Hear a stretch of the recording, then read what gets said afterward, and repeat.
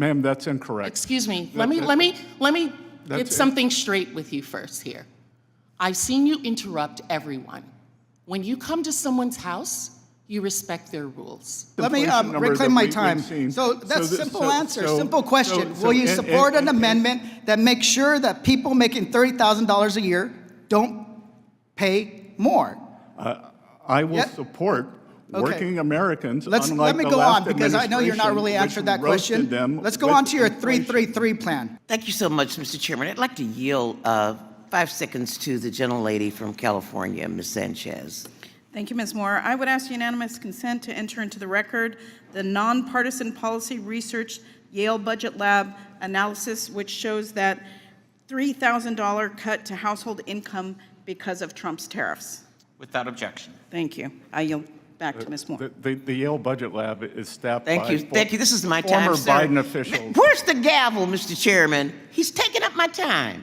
What are we spending for? Are we Tax cuts that mostly go to billionaires such as yourself, while throwing 16 million people off their health care coverage. Well, I would dispute that 16 million. I think you're conflating a lot of numbers. No, it's the, excuse me, reclaiming my time. Those aren't my numbers, just to be clear. As you know, it's the Congressional Budget Office projection. I think you're adding up a lot of numbers that shouldn't be added. Excuse me, I am adding 2 specific numbers. The cuts CBO found coming to Medicaid. No, if we're entitled to our own opinions, but not our own facts and not our own numbers.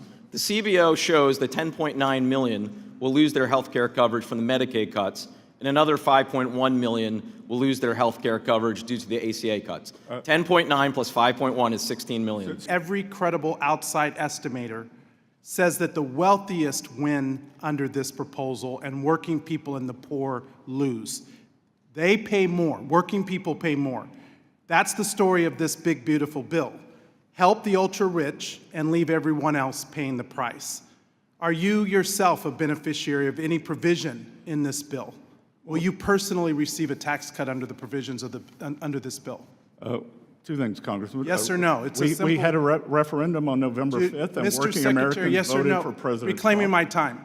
And Reclaiming my time, Mr. Chairman. 2, Mr. Chairman, I'm reclaiming my time. And 2. So, Mr. Secretary, it's my time, Mr. Secretary. I'm asking you a yes or no question. I'm trying to answer you, and it's a yes or no question. Saying it louder does not elicit an answer. Well, not answering the question at all proves that you're evasive. Are you the head, the person that's the head of overseeing the implementation of our tax code, a beneficiary under the provisions of any provisions of this bill? Again, this is an extension of an existing bill. So are you a beneficiary? This is an extension. Okay, I will take that as a no. Mr. Secretary, did the TCJA help increase the supply of housing? Yes or no? Sorry? Did the TCJA help increase the supply of housing? Yes or no? I don't know. And according to the Federal Reserve of Philadelphia, comparing the pre and post TCJA housing market, they found that between January of 2015 to October of 2019, housing construction, in fact, slowed under TCJA. The last question that I was asked to ask you was, when will we hit the debt ceiling? I know that this big, beautiful bill also means a increase in the debt ceiling. And frankly, I heard you say that that is something that's an imperative. I would agree with that. When do we foresee us hitting the debt ceiling? Congressman, I want to congratulate you. You have a very sophisticated constituency to ask questions like this. That the so-called X date is a... With all due respect, just because you're poor doesn't mean you're ignorant. As I said, very sophisticated. Yeah. It was can you answer the question? Because I'm in the I'd like to know whether or not. I'm in the habit of saying thank you to compliments. That the so-called X date is a moving target. You yourself have admitted, after conversations with Walmart, that some tariff costs are going to get passed on to consumers. And in fact, we've already seen that prices are rising on many everyday goods. No, And they- Congresswoman, Please today, don't interrupt today me. we had The a time is mine. 0.1 The time is increase. mine. Please don't interrupt And- me. and I will Wal- ask you Wal- questions and I will grant you an Wal- opportunity to answer them, but please don't interrupt me during my time. With pleasure. Okay, I know I'm a woman, but please try to limit yourself to answering my questions. No, I'm sorry, but we get talked over all the time, and I don't want that to happen at this hearing. I would remind members, the gentlelady is recognized. Please proceed. Thank you. The time is mine. Clothing is going up 20%. Shoe prices and canned goods like chicken noodle soup and canned fruit and microwave meals have gone up 15%. Toys are getting more expensive. Walmart just raised the prices of dinosaur action figures by 38% and baby-born dolls by 43%. Household goods like drills, toolkits, vacuums have also gone up. Stanley Black & Decker recently announced higher prices for all of their products, and these are just some of the products that are affected.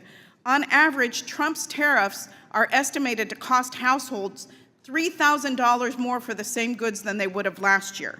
And that's money that could I'm be sorry, going to... that's incorrect, and That is I'm not not sure who's incorrect. estimated. The best estimates are And the best that estimate is- consumers will pay $3,000 more for the same goods And that estimate is from that whom? they did last year. That estimate's from whom, I will get you. Congresswoman? I will get you the estimates. Right, because But that's money that. But that's money that could be going to paying goods or paying rent and groceries. Mr. Secretary, can you point to one independent study, one study performed by an expert PhD economist who is not on the payroll of this administration that says that this legislation will not add to our national debt?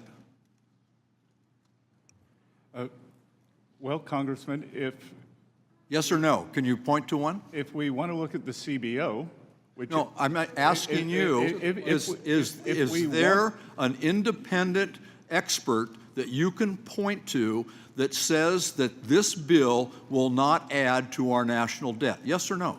Yes, There is? yes. What are they? Art Laffer. Pardon me? Art Laffer. Art Laffer? Great. That, I don't think that one counts. Mr. Secretary, did the 2001 Bush tax cuts add to our debt? Sorry? Did the 2001 Bush tax cuts add to our debt? Yes or no? Again, Congressman... Yes or no? I think it's important to look at framing here. Okay, One I'm thing reclaiming that- my time. It's one clear that thing you're not going to answer the questions that are asked. And let me make it real simple for you. The Bush tax cuts added to the debt. The second round of Bush tax cuts added to our national debt. The last Trump tax cuts added to our national debt.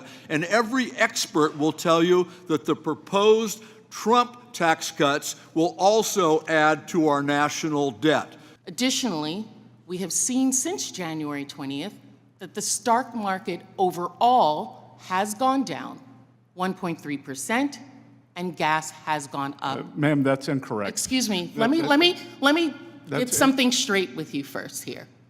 I've seen you interrupt everyone. When you come to someone's house, you respect their rules. And in this house, we don't interrupt individuals. And you're not going to interrupt my time. I'm going to give you time to respond. You may want to jot down some notes about things that you don't agree with me on so that you can respond to them at that time. But while I'm speaking, as the person holding this time, you will refrain from speaking, sir, until I am done. I look forward to until I am responding. done, and then I will give you time to speak, okay? Look forward to facts. Thank you. I'll look forward to your response, whether they're factual or incorrect either.